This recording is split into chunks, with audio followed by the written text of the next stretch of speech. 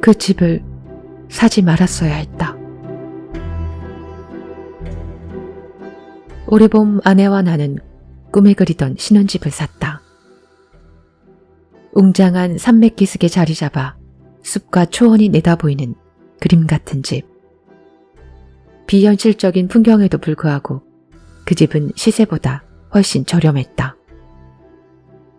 이사 후 근방에 하나뿐인 이웃이 찾아왔다. 이사 온 걸 환영해요. 이상하게 들리겠지만 이곳엔 오래된 규칙이 있어요.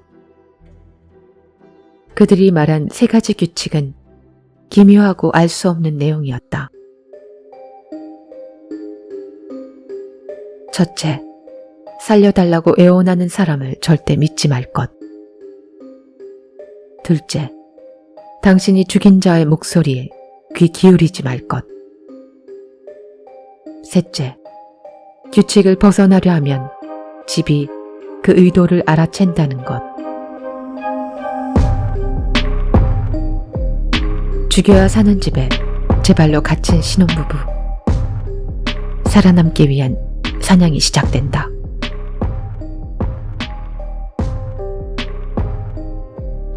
신혼집에 찾아온 친절한 이웃. 그 순간 우리의 삶은 악몽이 되었다. 이웃 사냥, 죽여야 사는 집.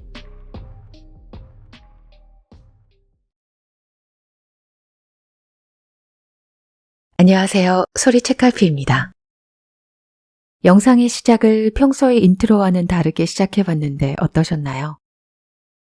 오늘 낭독할 소설 이웃사냥이 이번 7월에 출간된 신작 도서이고 500페이지가 넘는 긴 분량의 장편소설이다 보니 소설의 전체 분량을 모두 소개할 수 없어 구독자님께서 보다 쉽게 소설을 이해하고 흥미를 느낄 수 있도록 짧게나마 신작 도서 소개 트레일러 영상을 자체 제작해봤습니다. 2019년 어느 날 미국 최대 온라인 커뮤니티 레딧의 괴담 게시판에 독특한 글이 연재됐습니다. 콜로라도의 자연 속에서 자란 두 형제 해리슨 쿼리와 매트 쿼리가 쓴 실화인지 허구인지 알 수 없는 묘한 이야기였죠.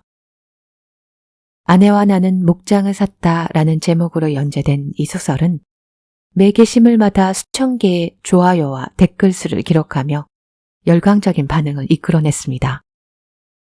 정식 도서로 출간되기도 전에 온라인 연재 원고 상태에서 10여 개국의 번역판권이 수출됨은 물론이고 넷플릭스에서는 신인 작가의 작품으로서는 이례적으로 10억이 넘는 금액에 이 소설의 영상화 판권을 사들였다고 하네요. 그만큼 많은 이들의 시선을 사로잡을 탄탄하고 강렬한 스토리를 가진 소설이란 의미겠죠. 미국 콜로라도 산맥에 위치해 웅장한 산과 광활한 초원이 펼쳐진 멋진 집을 구입한 젊은 부부 해리와 사샤.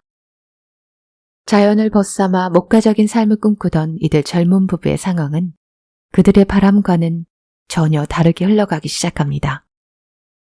설명할 수 없는 악령의 저주가 그들의 삶을 점점 옥죄어오고 이들은 저주에서 벗어나기 위해 발버둥치다 결국엔 애써 외면하던 자신들의 과거와 마주하게 되는데요. 인간이 자연을 통제하거나 파괴하려 했을 때 어떤 상황이 벌어지는지 섬뜩한 경종을 울리며 끝까지 손에 땀을 쥐게 하는 독특한 미스터리 소설 이웃사냥. 최근 김은희 작가의 드라마 악귀를 통해 한국 고유 민속문화에 기반을 둔 한국 스타일의 오컬트 드라마가 큰 인기를 얻었는데요. 미국 드넓은 서부 티턴 산맥 계곡의 악귀는 어떤 형태의 공포와 재미를 선사할지 궁금합니다. 공지글을 통해 미리 말씀드린 대로 도서 증정 이벤트가 준비되어 있습니다. 오디오북 영상 재밌게 들으시고 댓글 남겨주신 분들 중 5분을 추첨해 신작 도서 이웃사냥을 보내드리려고 하니 많은 참여 부탁드립니다. 자, 그럼 오늘은 저와 함께 미국 서부 광활한 자연 속에서 벌어지는 강렬한 이야기 속으로 들어가 볼까요?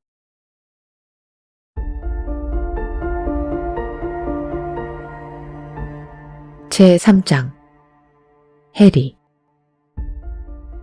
아이다호주 애슈턴을 지나자 이제 새집까지 단 5분만이 남아 있었다. 그때 나는 참 오랫동안 느끼지 못했던 현기증을 간만에 느꼈다. 흥분 역시 느껴졌다. 실제로 가본 적이 없는 목장 따위를 사다니. 물론 샤샤도 이곳을 찾기 위해 똑같이 노력하긴 했지만 그래도 밀어붙인 사람은 나였기 때문에 압박감은 사라지지 않았다. 코너를 돌아 우리 집으로 이어지는 지방도로로 접어들자 나는 창문을 내리고 몸을 내밀어 사샤에게 바보 같은 미소를 지어 보였다. 그러자 그녀가 웃으며 신나게 핸들을 두드리는 모습을 보였다. 대시도 뒷자리에서 창밖으로 고개를 내밀었다. 우리 땅은 지방도로에서 1.6km 정도 떨어져 있었다. 이 도로의 마지막 집으로 집 뒤로 이어지는 길은 북유림으로 들어가 막다른 지점에 이른다. 사유지는 대부분 지방도로를 따라 있으며 도로의 서쪽에 있는 이웃은 170만 평짜리 목장을 소유한 어떤 부부다. 나는 소유주의 이름을 지리정보 시스템에서 찾아냈는데 댄 스타이너와 루시 스타이너였다. 온라인에 올라와 있는 그들의 흔적은 최근까지도 재산세를 납부했다는 것뿐이었다. 그 부동산은 잘 관리되어 있고 웅장한 티턴 산맥의 서쪽 지역을 배경으로 풍경이 아주 아름다웠다. 나는 1시간 전에 네털리와 통화했고 목장에서 그녀와 만나기로 했다. 네털리가 진입로 끝에 있는 우리 집 대문 기둥에 묶어놓은 풍선이 보였다. 그 순간 나는 깨달았다. 우리 집으로 향하는 진입로에 도착해서 처음으로 우리 땅을 바라보는 지금 이 순간을 죽을 때까지 잊을 수 없겠구나. 그 광경에 숨이 막혔다. 좌회전에서 긴 진입로로 들어섰을 때 경외감마저 느꼈다. 진입로는 남쪽으로 돌아가며 구기름으로 이어지는 L자형 도로에서 북쪽으로 갈라져 나와 길게 뻗어 있었다. 쭉 따라가자 살짝 솟은 지대와 집과 차고가 있었고 그 주위를 목초지와 포플러 나무가 둘러쌌다. 집 너머로 보이는 뒷마당에는 커다란 목화나무 몇 그루가 자리 잡았고 진입로 옆에는 포플러 나무가 드문드문 자랐다. 3월의 산에는 아직도 눈이 꽤 쌓여 있었지만 봄 기온이 지금부터 왕성하게 피어날 기미 역시 분명했다. 이르게 자라난 잎새들은 파릇파릇한 초록빛이었고 일찍 핀 야생화도 고개를 내밀었으며 여기저기 새들 천지였다. 그 땅은 활기에 가득 차 콧노래를 부르는 것 같았다. 그 집은 우리가 원래 찾던 집보다 훨씬 작았다. 지난 몇 년간 덴버의 하일랜드에서 지냈던 집보다도 더 작은 집이었다. 하지만 널찍한 현관과 집둘레에 울타리가 쳐져 있어도 주변 풍경이 아름답게 내다보이는 마당, 괜찮은 모양새로 분리되어 있는 차고 겸 작업장들, 그리고 2여 개의 창고까지 참 마음에 들었다. 무엇보다 눈에 들어온 것은 내다보이는 모든 곳에 어느 방향으로 고개를 돌리던 간에 믿을 수 없을 만큼 아름답게 펼쳐진 풍경이었다. 이곳의 경치를 보자마자 우리는 곧바로 이 집을 사랑하지 않을 수 없었다. 한 점의 의심도 없이. 마당을 두른 울타리 바깥에는 약 4만 8천 평에 이르는 목초지와 황무지가 있었다. 집 밑에는 개울이 위아래로 이어져 있는 연못이 하나 있었다. 북쪽 경계를 따라 약 1만 8천 평 넓이의 소나무 숲이 자리 잡았다. 그 뒤로 1시간 동안의 기억은 흐릿하다. 네털리는 우리에게 집과 차고를 구경시켜 주었다. 여기에 회로 차단기가 있고요. 이건 수도관 제어기예요. 여기 뚜껑을 열면 우물 펌프가 나오고요. 같은 말이 주저리 이어졌다. 네털리가 떠나자 샤샤와 나는 집 앞 마당에 서서 별말 없이 그저 웃으며 대시와 놀았다. 그러고는 뒷마당으로 이어진 계단에 앉아 사샤가 가져온 샴페인을 둘이서 병째 주고받으며 마셨다. 우리 둘 다 이곳이 좋았지만 사샤는 말 그대로 만면에 웃음을 띤 채 이리저리 뛰어다녔다. 신나서 제정신이 아닌 그녀의 모습은 아찔하리만큼 사랑스러웠다. 난 가족이라 사람이 많지 않았기에 사샤야말로 나에겐 이 세상 전부다. 물론 사샤의 가족도 나의 가족이라 칠 수 있겠지만 그녀의 부모는 아주 무심한 사람들이었다. 사샤의 말에 따르면 두 사람이 부모로서 자기 딸을 가장 자랑스러워했던 순간은 딸이 독립해서 집을 나갔을 때였다. 그들은 사샤가 떠나자마자 일주일 만에 딸의 방을 대마초 재배실로 바꿔버렸다. 딸의 대학 학비 같은 건 한 푼도 저축해두지 않았고 딸이 대학교에 다니는 4년 동안 학교에 방문한 적도 단 한 번인가 그랬다. 물론 끔찍한 부모는 아니었고 자식을 학대하는 비열한 부모도 아니었다. 그저 자식에게 관심 따위 없는 자들일 뿐이었다. 사샤가 14살이 되자 그들은 정기적으로 차를 몰아 애리조나에 가서 한 달 동안 LSD를 판매하고 오기를 반복했다. 한 달 동안 사샤를 아예 혼자 내버려 두고서 말이다. 사샤는 당시 자기 부모님이 어디 있는지에 대해 선생님과 친구들의 부모에게 거짓말하는 걸 당연하게 생각했다. 사샤가 자란 환경을 돌아보면 대체 어떻게 그녀가 이토록 훌륭하고 똑똑하고 독립적인 여자가 될 수 있었는지, 어떻게 이토록 친구들과 굳센 우정을 쌓을 수 있는 사람이 되었는지 경탄할 수밖에 없다. 그녀가 내 세상에 들어온 것이야말로 말 그대로 사람의 목숨을 구하는 사건이나 다름없다는 점을 나는 믿어 의심치 않는다. 나는 해병대를 전역한 뒤 곧바로 볼더에 있는 콜로라도 대학교의 신입생 기숙사에 들어갔다. 전쟁에서 온몸에 상처를 입고 꿰매고 전투 지역에서 병원으로 이송되고 그런 다음 또 다른 병원으로 옮겨지고 그 뒤에는 주소속 부대에 보내졌다가 결국 세상에 적응하지 못하는 24살짜리가 되어버렸는데 곧바로 거대한 주립대학에 입학하다니 대단히 멍청한 짓이었다. 나는 참 경솔한 판단을 내렸던 것이다. 대학교 생활은 감정적으로 고립된 나날의 연속이었고 화산처럼 들끓는 불안 때문에 악몽이나 다름없었다. 나는 빠르게 그것도 열과 성을 다해서 위스키와 각성제를 들이부으며 나 자신을 무차별하게 파괴하기 시작했다.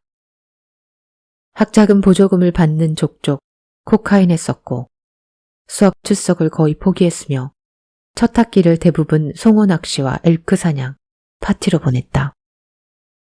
나는 어릴 적 엘버커커에서 자랐다. 10살 무렵 아버지가 술을 퍼마시다 죽은 다음 엄마는 외삼촌들과 가까이 살기 위해 나를 데리고 콜로라도의 푸에블로로 이사했다. 두 외삼촌은 내게 말을 많이 걸거나 내가 누구인지 무슨 생각을 하는지 이것저것 캐묻지 않았다. 두 사람은 성미가 까다로운 인간들이었고 난 둘 중 누구와도 1분 이상 대화해 본 기억이 없다. 하지만 외삼촌들은 내 삶에서 나름대로 할 수 있는 역할을 해주었다. 8년 동안 삼촌들은 나를 데리고 주말마다 송어 낚시를 하고 매년 가을에는 몇 주간 엘크와 사슴 사냥을 했다. 다시 말해서 커다란 갈색 송어를 찾아 강을 샅샅이 뒤지고 엘크를 찾아 산을 이리저리 돌아다닌 경험은 소년이었던 나에게 탈출구나 다름없었다. 어엿한 성인 남자가 된 뒤에에도 나는 자연스럽게 같은 방식의 탈출구를 찾았다. 내가 하룻밤새 코카인을 3.5g씩 코에 들이붓기 시작하자 콜로라도 대학교 행정부는 곧바로 나에게 학사 보호관찰 처분을 내렸다. 죽고 싶다는 생각을 적극적으로 했다거나 자살하는 여러 가지 방법을 떠올려 봤느냐고 묻는다면 아니었으니 난 자살 위험군은 아니었다. 하지만 그다지 오래 살고 싶은 마음 역시 없었다. 그러다 사샤를 만났다. 그녀를 만난 곳은 힐에 있는 어느 술집이었다. 힐은 볼더의 한 지역으로 대학생들이 때로 뭉쳐 저지를 수 있는 온갖 방탕한 짓거리를 어쩔 수 없이 봐야 한다면 차라리 한 곳에 모아놓자는 전략에 따라 콜로라도 대학교 학생들에게 떼어준 곳이었다. 사샤에게 첫눈에 반했다고는 말할 수 없지만 어떤 여자에게 이토록 넋놓고 빠져든 것은 그때가 처음이었다. 그때도 그랬고 지금도 마찬가지로 사샤는 내가 아는 여자 중 가장 아름다운 사람이었다. 빌어먹게 진교한 표현이긴 하지만 그녀를 보는 순간 나는 더 좋은 사람이 된 것만 같았고 정말로 더 좋은 사람이 될 수 있다는 기분이 들었으며 그 마음이 오늘까지도 바뀌지 않았다는 것만이 진심이다. 그래서 끝이 없던 나의 자기 파괴적 추락은 사랑에 빠지면서 제동이 걸렸다. 사샤가 두 번째에 이어 세 번째로 데이트를 승낙했을 때 내겐 정신을 차려야 할 이유가 생겼다. 그녀가 나를 남자친구라고 소개하는 말을 처음 들었을 때 내겐 평일 밤에 술을 자제하고 태학당하지 말아야 할 이유가 생겼다. 사샤를 내 발전의 주요한 원동력으로 삼아 나는 바닥에서 올라가기 시작했다. 사샤를 만나서 나는 다시 현실에 발을 붙였다. 그녀의 미소, 그녀의 행복과 그녀의 웃음이야말로 말 그대로 내가 지금껏 살아가는 유일한 이유다. 지난 10년간 매일 그 생각을 하며 살아왔다. 그래서 뒷베란다에서 산을 올려다보며 미소 짓는 사샤를 보는 것, 우리 땅을 처음 보고 너무나 행복해하는 모습을 보는 것만으로 나는 정말 좋겠다. 앞으로도 내가 바랄 것은 그뿐이다. 그날 밤 우리는 구태여 짐을 풀고 이삿짐을 안으로 들이지는 않았다. 캠핑용 스토브로 파스타를 만들어 먹고 베란다에 캠핑 의자를 두고 앉았으며 거실 구석에 매트리스를 깔고 잤다. 다음 날 이 집에서 처음 맞는 아침, 우리는 일어나서 집을 둘러싼 울타리를 따라 쭉 걸었다. 아직 날씨가 따뜻하지는 않았지만 우리는 연못가에 피크닉 매트를 깔고 점심을 먹은 다음 우리 소유지를 가로지르는 개울을 저 위에서 아래까지 따라가 보았으며 부지에 있는 모든 나무와 초원을 샅샅이 살폈다. 그때까지 그날은 내 인생 최고의 순간이었다. 우리는 흥분감에 짜릿해진 채로 이 땅에서 무엇을 할지 환상적이고도 더없이 비현실적인 계획을 세워나갔다.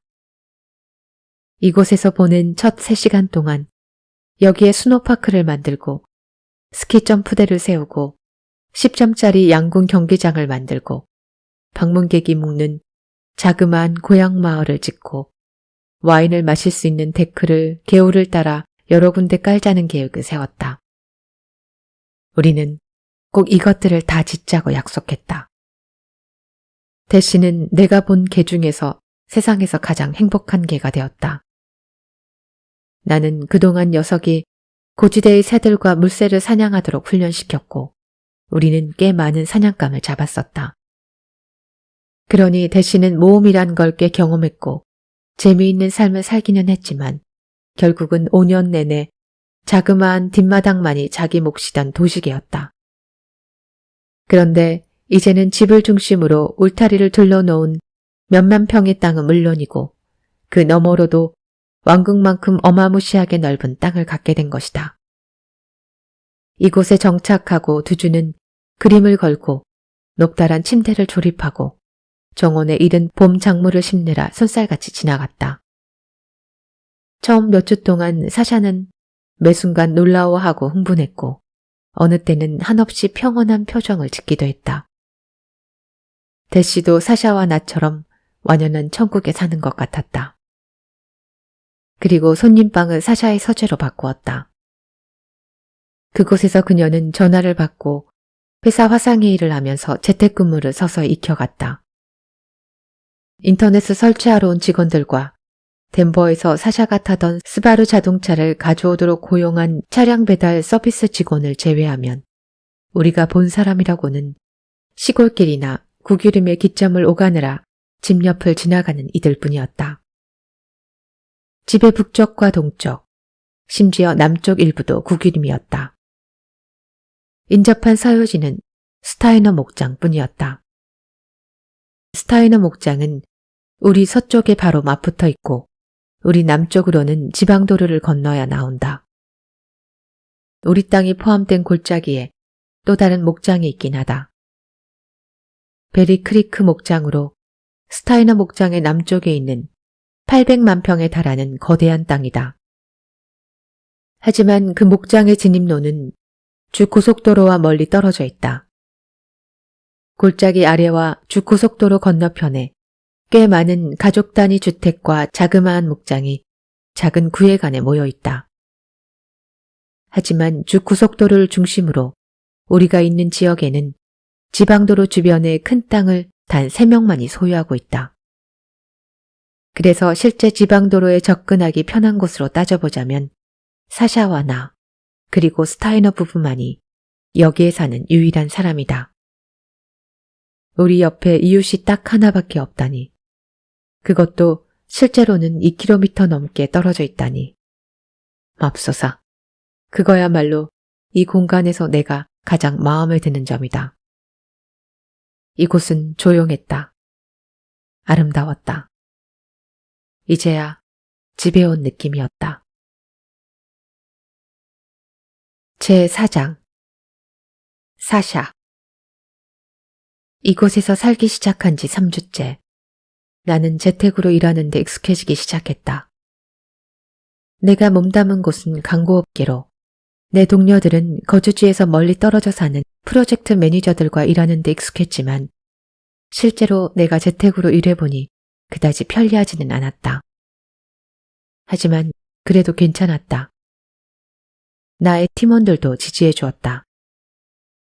내가 얼마나 여기서 살고 싶어 했는지 알고 있으니까. 얼마 뒤에 시간을 더 끌다가는 조만간 이웃에게 자기소개도 없는 무례한 인간들로 여겨질 거라는 점에 서로 동의했다. 그 주 토요일 아침 파일을 2개 만든 다음 스타이너 부부를 만나러 갔다. 정문을 들어서자 400km 되는 진입로가 나왔다. 폰데로사 소나무와 포플러 나무 군락이 군데군데 들어선 가운데 통통한 소들이 있는 목초지를 지나자 집이 나왔다. 멋진 곳이었다. 산맥이 아주 찬란한 경치를 뽐냈다. 드넓은 정원은 잘 손질되어 있었고 활기가 넘쳤다. 사방에서 좋은 기운이 가득했다. 집은 거대한 헛간 2개와 트랙터 차고 커다란 작업장 사이에 자리 잡고 있었다. 우리가 다가가자 차도에 선 나이 든 사람이 고개를 돌려 우리를 바라보더니 손을 들어 인사했다. 그는 우리가 차를 댄 곳으로 천천히 걸어왔다. 댄 스타이너요. 당신들은 새 이웃이겠죠? 댄은 우리에게 한 명씩 차례로 인사하며 따스한 미소를 지었다. 해리는 손을 내밀었다. 네, 선생님. 해리 블레이크 모어라고 합니다. 이쪽은 사샤예요. 나는 미소를 지으며 해리에 이어 그와 악수했다. 안녕하세요, 댄. 만나 뵈어 반가워요. 댄은 70대 초반 같았지만 아직도 상당히 활기차 보였다. 그의 동작에선 몸을 마음대로 얼마든지 움직일 수 있다는 기색과 근력이 드러나서 40대 못지않게 쌩쌩해 보였다. 손은 버팔로 가죽 같고 이목구비는 나무를 조각한 것 같았다. 곧바로 노부인 하나가 헛간에서 나왔다. 그녀 역시 댄과 비슷한 또래였고 댄만큼 건강해 보였다. 그녀의 얼굴에는 현명함이 흘렀다. 마치 퀴즈쇼에서 3번 문 뒤에 뭐가 있을까 모두가 호들갑을 떨 때도 뭐가 있을지 아는 듯 태어날 것 같은 분이었다. 그녀는 자신을 루시라고 소개했고 우리는 모두 평범하고 사교적인 인사를 나누었다. 노부부는 1970년대부터 이 스타이너 목장을 소유했다는 이야기를 해주었다. 그리고 1996년부터 2011년까지 우리 집에 살았던 가족과 친하게 지내왔다고도 알려주었다. 그 가족을 끝으로 그 땅에 살았던 사람은 없다고 했다. 그들이 이사간 뒤 목장 부지 부동산 투자회사가 그곳을 구입했기 때문이었다. 루시의 말에 따르면 부동산 회사 직원들이 1년에 한두 번씩 목장에 들렀지만 대개는 사냥을 하기 위해서였다. 댄과 루시는 쭉 함께 살아갈 이웃이 생겨서 참 신난다고 했다.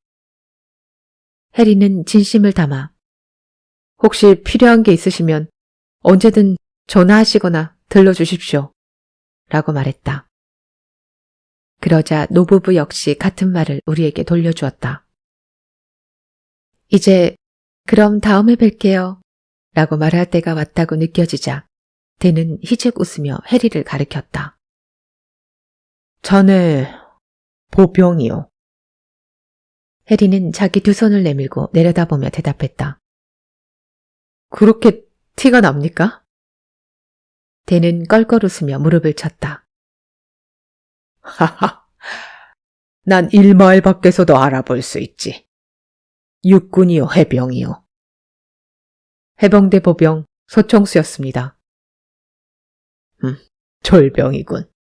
아니 잠깐, 소총수였다니. 왜 지금은 아닌 것처럼 말하시오.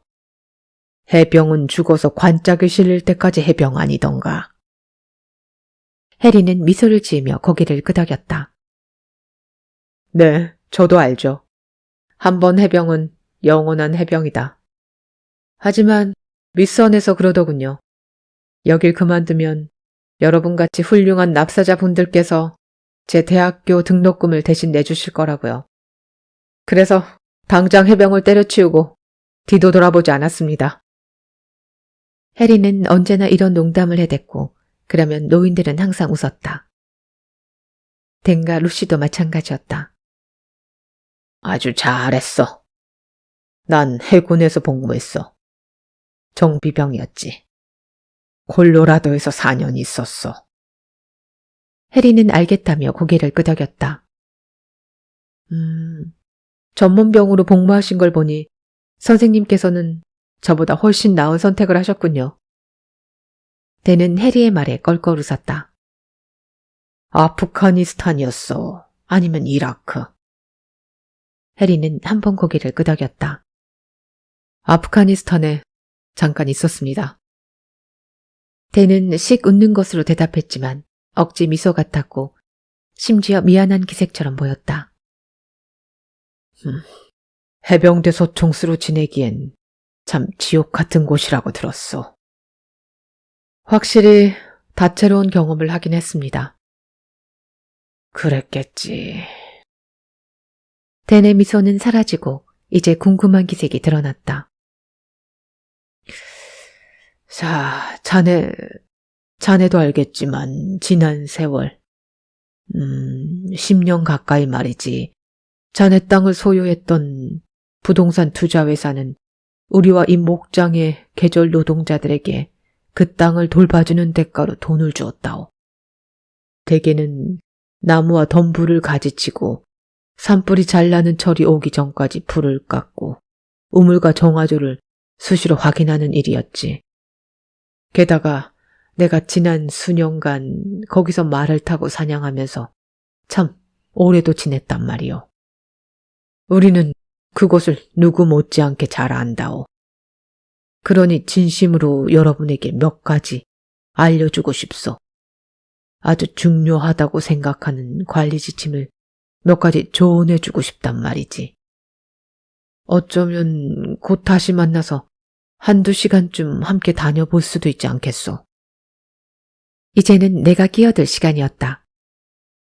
해리가 꼭 필요하지 않은 사교적 요구를 없던 일로 해버릴 위기마다 나는 종종 그것도 재빨리 관여해야 했다. 그래주시면 정말 감사하죠. 이 땅에 대해 아시는 것들은 저희도 꼭 알고 싶네요. 내일 저녁 시간 괜찮으세요? 나는 해리를 올려다보며 그의 팔을 꽉 쥐었다. 제발, 자기야, 바보처럼 굴지 마. 라는 나의 뜻을 알아채야 할 텐데.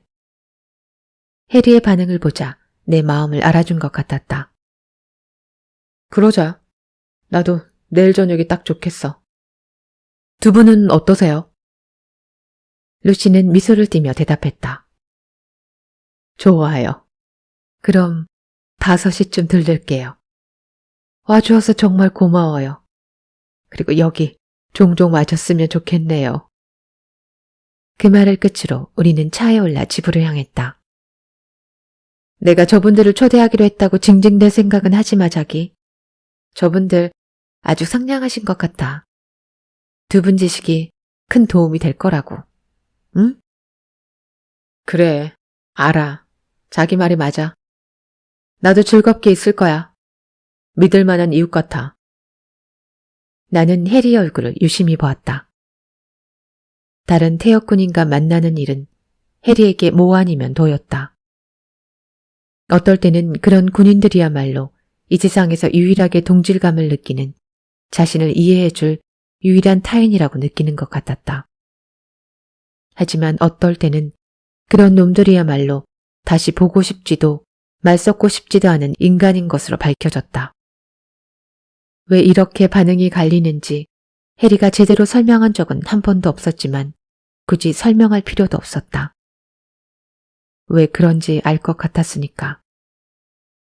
해리를 보고 있으면 가끔 그가 얼마나 감정적으로 힘들어하는지 알 수 있다. 그럴 때마다 나는 해리의 부모님에게 설명할 수 없는 분노를 느낀다. 그분들에게 소리를 지르고 싶었다. 부모에게 외면당하면서도 이만큼 어엿하게 자란 아들을 2눈으로 똑똑히 보았어야지. 뭐가 그리 바쁘다고 일찍 세상을 떠나셨냐고. 해리의 아버지는 뵌 적 없지만 어머니와는 적어도 몇 번의 주말을 함께 보냈다. 하지만 그때 그분은 이미 빈 껍데기나 마찬가지였다. 시어머니는 우리가 결혼하고 몇 달 뒤 심장마비로 죽었다. 내 부모도 그보다 나을 게 별로 없는 사람이지만 그래도 내가 비교적 무해한 어린 시절을 보낼 수 있게 키워주었다. 적어도 나는 안전한 마을의 조용한 집에서 자랐다. 부모님과 나는 파고사 스프링스에서 살았다. 엄마는 식당에서 일하며 대마초를 재배했고 아빠는 내가 태어나기 전부터 울프 크리크 스키장에서 일했다. 아빠는 아직도 그곳에서 일하면서 1년에 150번 이상 스키를 탄다. 2분은 내 학자금을 한 푼도 대주지 않았을 뿐더러 대학에 가면 어떻겠느냐는 말조차 꺼낸 적이 없었다.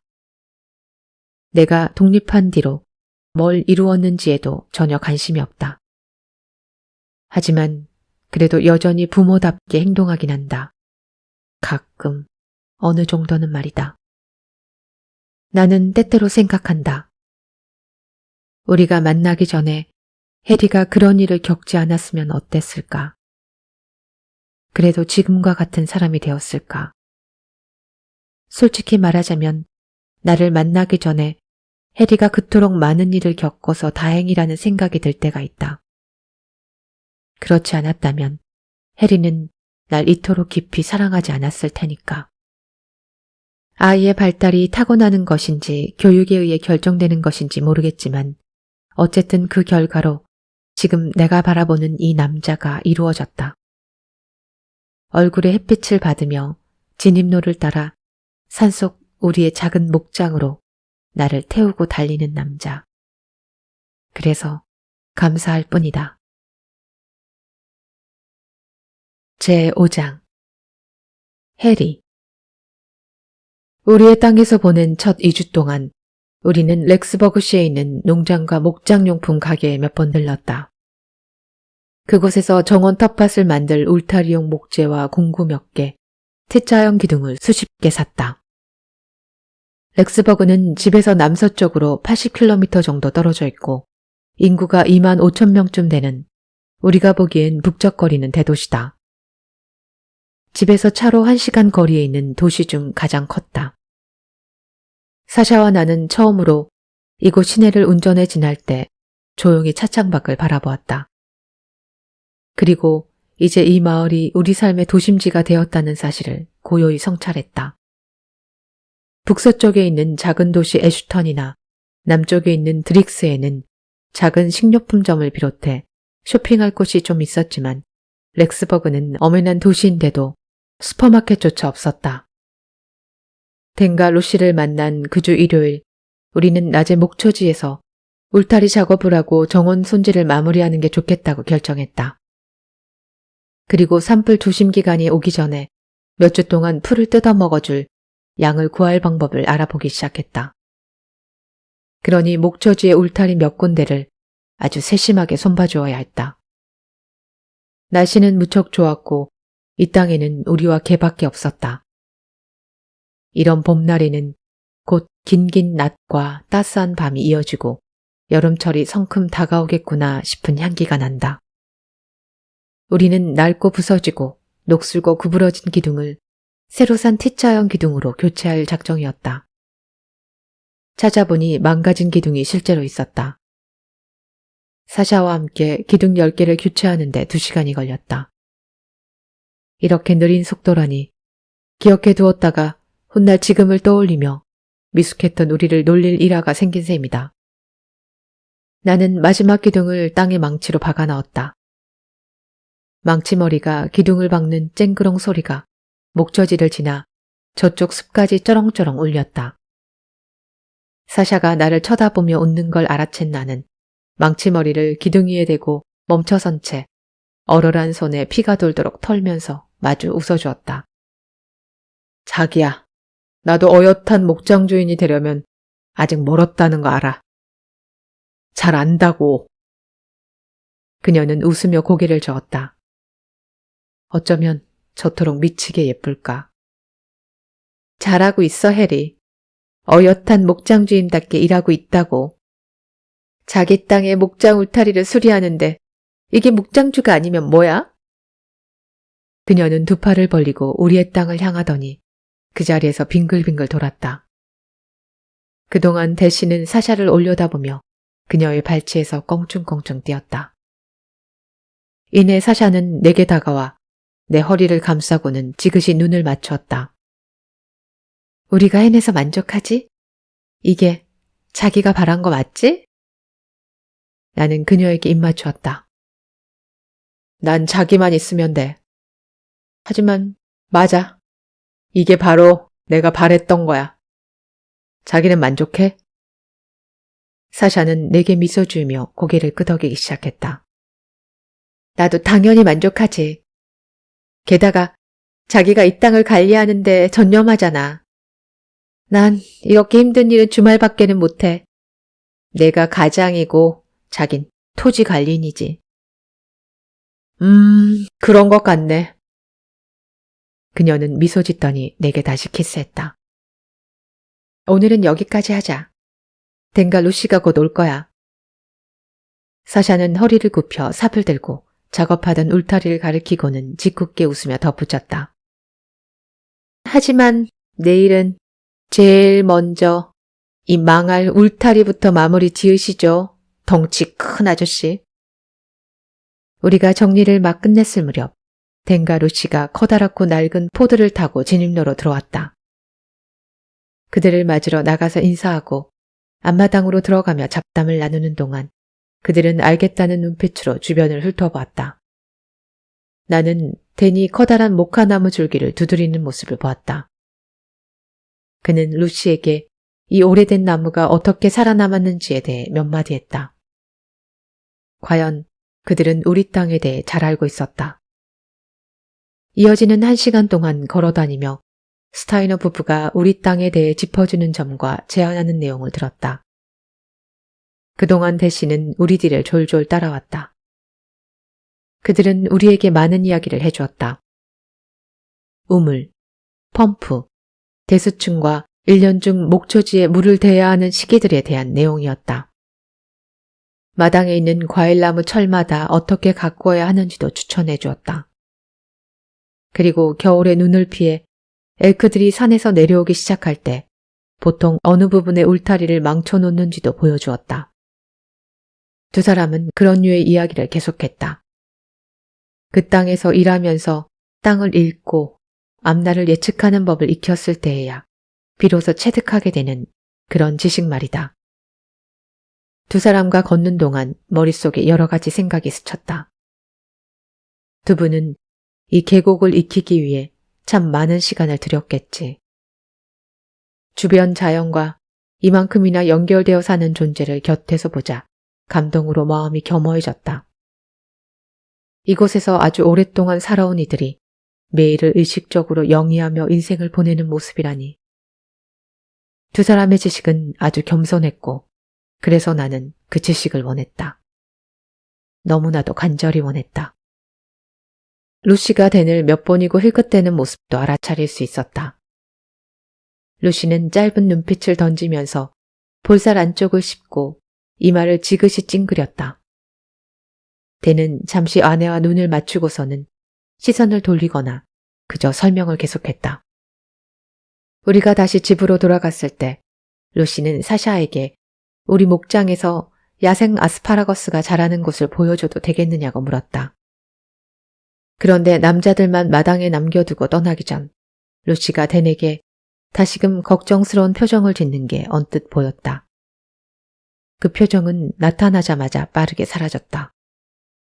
루시는 사샤와 팔짱을 꼈고 나는 두 사람이 걸어가며 대화를 나누고 웃는 소리를 들었지만 무슨 이야기를 하는지는 알아들을 수 없었다.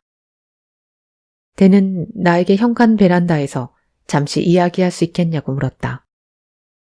그래서 나는 댄에게 맥주를 좀 마시겠냐고 권한 다음 맥주 2병을 가지고 돌아와 자리에 앉았다. 차가운 맥주를 한 모금 마시자 이거다 싶었다. 댄도 맥주를 길게 쭉 들이킨 다음 병을 내려놓더니 의자를 돌려 나를 똑바로 마주보았다. 제대로 자리 잡은 그는 팔꿈치를 무릎에 얹고서 손깍지를 낀 채로 몸을 숙이고 내 두 눈을 빤히 바라보았다. 나는 그와 한참 시선을 맞추다가 어느새 나도 모르게 의자에서 앉은 자세를 살짝 고치고 있었다. 어색한 분위기를 막 깨트리려던 순간 댄이 적당한 말을 끄집어내야겠다는 듯 아래를 내려보다가 다시금 고개를 들더니 강렬한 눈빛으로 나를 빤히 바라보았다. 자네 말이야. 우리가 지금껏 살펴보고 일러준 것들은 이 땅을 관리하는 데 도움이 될 것세. 하지만 이것 말고도 자네에게 해줘야 할 아주 중요한 이야기가 몇 가지 있어. 설명하기 어렵긴 한데 어쨌든 아주 세심하게 신경 써야 할 일일세. 아무리 강조해도 지나치지 않을 만큼 중요해. 정말 중요하다고. 알겠나? 나는 그만 슬쩍 웃고 말았다. 어색하리만큼 진정성이 듬뿍 담긴 말에 어쩔 수 없이 불안하게 반응하는 게 나의 습관이었다. 그러나 나는 댄을 존중했기 때문에 맥주병을 내려놓고 그와 시선을 마주한 채 고개를 끄덕였다. 물론입니다, 댄. 듣겠습니다. 지금부터 내가 하려는 말은 이상하게 들릴 것세. 알겠나? 어쩜 아주 무서울 수도 있어. 하지만 진지하게 들어주게. 내가 지금 말해주는 사항 덕분에 자네 목숨을 구할 수 있을 거야. 아마 구하게 될 걸세. 내가 실제로 전쟁에서 자네와 함께 1년 동안 복무한 하사관이라고 생각하고 내 말을 듣게. 자네는 방금 비행기에서 내린 풋내기 보병이라고 생각하고. 나는 보통 이런 식으로 군대를 들먹이는 비유들은 죄다 헛소리에 유치하다고 생각했지만 이분이 얼마나 진지한가 생생하게 느껴지는 바람에 그냥 고개를 끄덕이고 눈을 마주쳤다. 알겠습니다. 댄은 고개를 끄덕이고는 재킷에서 접은 종이 한 장을 꺼내 내 앞에 들어올리고는 우리 사이에 있는 테이블에 내려놓았다. 아래를 내려다보자 첫 장 윗부분에 커다랗게 쓰인 봄이라는 단어가 보였다. 그때 댄의 말이 시작되어서 나는 다시 그의 얼굴을 쳐다보았다. 1996년 겨울에 시모라는 가족이 이 목장을 샀을 때도 루시와 나는 여기 와서 지금 하려던 이야기를 그대로 들려주었다네. 그 뒤로는 누구와도 이런 대화를 나눈 적이 없어. 우리가 여기로 처음 이사 왔을 때 제입 컵슨이라는 나이든 부부가 이곳에 살고 있었고 헨리 가족은 길 위쪽에 있는 오래된 무상부라 토지에 살고 있었지. 그 땅은 나중에 조가 사들여서 지금은 베리크리크 목장 일부가 되었다네. 이제 이 계곡에 있는 토지 소유주는 나라를 제외하면 조랑 루시와 나, 자네 둘뿐이야. 조 부부는 이 골짜기에 있는 모든 걸 샀고. 나는 고개를 끄덕였다. 네, 저도 베리크리크 목장을 봤습니다. 꽤 넓은 땅이더군요. 선생님은 그곳 소유주인 조라는 분과도 친구십니까? 저도 만나 뵙고 싶군요. 대는 고개를 끄덕였다. 그러겠네. 그는 쇼쇼니족과 베녹족 원주민 부족 출신이야. 조의 가족은 그 누구보다도 오랫동안 이 골짜기 땅을 소유했지. 그들의 조상은 로마 제국이 망하기 전부터 이 나라에서 살아왔으니까. 지금부터 자네에게 말해줄 말도 그 조가 나와 루시에게 해준 말이었다네. 나는 고개를 끄덕이고는 시선을 돌렸다. 잠시 뒤 댄을 바라보니 그는 곁눈질로 나를 바라보며 말을 이었다. 우리가 만난 지는 며칠 되지 않았지만 내 말을 귀담아 듣게. 무슨 개소린가 싶겠지만 그래도 내 말을 믿어보란 말일세. 그래, 처음에는 믿지 않을 것 같긴 해. 그래도 끝까지 들어보고 자네를 놀리려고 이런 말을 하는 게 아님을 믿어주게. 그는 말에 여운을 남겼다. 나는 할 말을 잃은 느낌이었다. 뭔가 오싹하기도 했다. 하지만 이웃집 노인장은 내가 보기에 참 멋있는 산사람이고 조금 전까지만 해도 아주 현실적이고 지혜로워 보였다. 그런 사람이 선수를 쳐서 본인이 앞으로 떠들어댈 말이 터무니없이 들릴 거라는 언지를 주다니. 나는 몸을 앞으로 내밀고 목을 빼 사샤와 루시가 어디 있는지 보려고 했지만 두 사람은 벌써 보이지 않았다. 댄은 내가 불안해하는 기색을 감지하고 내가 보는 곳으로 시선을 옮겼다. 그러고는 자신의 두꺼운 손으로 다급하게 손짓했다. 두 사람은 잘 있으니 걱정하지 말게. 저 연못가에 앉아 있어. 몸을 내밀어 보니 사샤가 루시와 함께 집을 마주하고 통나무에 앉은 모습이 보였다. 그 뒤 개울에는 대씨가 놀고 있었다. 댄의 목소리가 나를 다시 현실로 끌어들였다. 루시도 지금 사샤에게 똑같은 말을 해줄 걸세. 그러니 내 말을 잘 들어주게. 알겠나? 나는 고개를 끄덕였다. 그럼요. 끝까지 듣겠습니다. 댄은 나를 한동안 지그시 응시하더니 우리 사이에 있는 테이블에 아까 올려놓았던 종이들을 집어들었다. 자네에게 할 말을 적어두었다네. 자네와 샤샤는 이걸 외워야 하니 말일세. 이걸 태어날 때부터 알았다는 듯이 기억해두게. 여기 복사본이 몇 부 더 있네. 루시도 지금 사샤에게 복사본을 주고 있을 걸세. 그러고는 같이 검토하겠지. 이걸 절대로 잃어버리지 말게. 베껴 써두게. 손으로 필사를 해. 판잣대기에 새겨서 방에다 걸어두게. 무슨 일 있어도 그렇게 하라고. 그는 종이를 다시 우리 가운데 놓인 작은 테이블에 두고는 두 손을 모은 다음 다시 나를 올려다보았다. 자, 이제 내 말이 끝날 때까지 질문하지 말게. 제6장 사샤. 우리는 현관 앞에 서서 댄과 루시가 진입로를 나가는 모습을 바라보았다. 그들은 흙길을 따라 자기네 집으로 돌아갔다. 해리, 대체 이게 뭐였지? 해리는 그들의 트럭을 바라보며 고개를 천천히 저을 뿐이었다. 트럭이 진입로를 따라 멀어지며 점점 작은 크기로 보였다. 뭔 소린지 전혀 모르겠어. 노부부의 트럭이 마침내 시야에서 완전히 사라지고 떠난 자취에서 희미한 먼지만이 피어올랐다. 해리와 나는 집 뒤쪽으로 걸어가 주방 맞은편 뒷베란다에 앉아 방금 일어난 일을 이해해 보려고 했다. 처음에 난 해리의 행동이 약간 언짢았다. 해리와 댄 사이에 무슨 일이 있었는지 모르겠지만 댄이 해리를 자극한 모양이다. 해리는 말 그대로 노부부를 우리 소유주에서 쫓아냈다. 그 과정에서 폭력이나 거친 언행이 있진 않았지만 해리는 그들이 나가야 한다고 곧바로 결론을 내려버렸다. 난 해리를 좀 사납게 비난했다.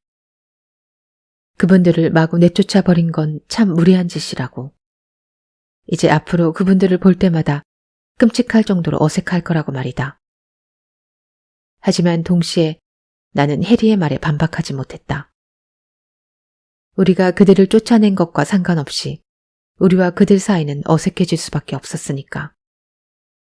그 사람들은 우리를 엿먹이려고 하는 거야. 아니면 미쳤거나. 둘 중 하나뿐이야, 사샤. 그 두 가지는 공존할 수 없어. 이쪽 아니면 저쪽. 둘 중 하나밖에 없다고. 나는 해리의 말에 동의해야 했지만 루시의 편을 약간 들어줄 수밖에 없었다. 루시는 참 멋진 분이었다. 모든 점이 그랬다. 그녀와 내가 통하는 면이 있다는 걸 곧바로 느낄 수 있었다. 두 분 다 어쩜 이런 분들이 있을까 싶게 좋은 분들이었고 세련된 말씨를 가진 목장 소유주의자 관리자인 줄 알았는데 대체 무슨 소리인지도 모를 말을 짓거리다니 믿기 어려웠다. 해리는 고개를 젓더니 대놓고 웃으며 말을 시작했다. 계절마다 찾아오는 산 악령이라니. 그게 무슨 소리야? 그러니 공물을 바쳐야 한다고? 퍽이나 창의적인 이야기지. 게다가 전달 방식도 웃기지도 않게 열정적이고 극적이야. 해리는 주먹을 쥐어가며 마지막 말을 강조했다. 정말로 혼신의 힘을 다해 주장하더라니까. 감탄할 정도로 연기를 잘하는 사람이 아니라면 정말로 저주받은 골짜기라는 헛소리를 믿나 본데 루시도 댄만큼 감정을 실어서 진지하게 말했어? 나는 대답 대신 어깨를 으쓱했다. 내 말은 루시가 최선을 다해서 자기 말을 믿도록 나를 설득했다는 거야. 그 말을 진지하게 받아들여 주길 바랬어. 마지막에 내가 루시와 마당으로 돌아왔을 때 자기가 그분들더러 나가라고 했잖아. 그때 루시가 자기 손을 잡고 눈을 바라보며 본인들이 알려준 소소한 악령 보호 규칙을 따르라고 애원했잖아. 나한테도 똑같이 그랬어. 그때 루시가 얼마나 진지했는지 생각하니 등골이 오싹해졌다. 만약 해리가 그들을 먼저 내쫓지 않았더라면 나는 제 아무리 소름이 끼쳤다 해도 예의상 루시의 소소하고 기괴한 설명을 분명히 끝까지 들어주었을 것이다.